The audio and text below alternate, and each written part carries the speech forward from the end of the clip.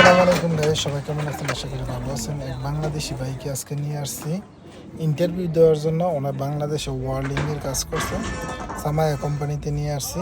যদি এখানে ইন্টারভিউতে টিকে তাহলে ওনাকে ভালো একটা কাজ দেওয়া হবে। দেখেন এক বাংলাদেশি ভাই ওনার ইন্টারভিউ নিতেছে, কীভাবে জ্বালা দিতে হয়, কীভাবে রড কাটতে হয়, এখানে সব কিছু দেখেন।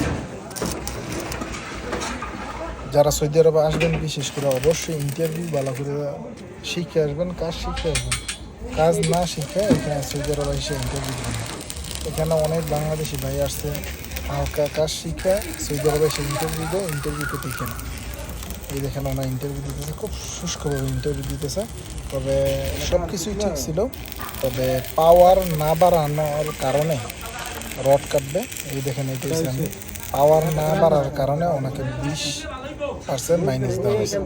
দেখেন এখানে আমি উপস্থিত ছিলাম, ওনার মোটামুটি পারছে 100 থেকে 80% পাইছে।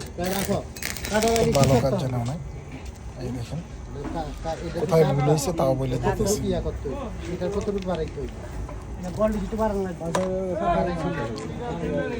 ইনশাল্লাহ যারা সৌদি আরবে আসবেন আমার সাথে যোগাযোগ করবেন। পাওয়ার যে সমস্যাটা এটা বলে দিতেছি, তো অবশ্যই সব কিছু মাথায় রাখবেন। ধন্যবাদ।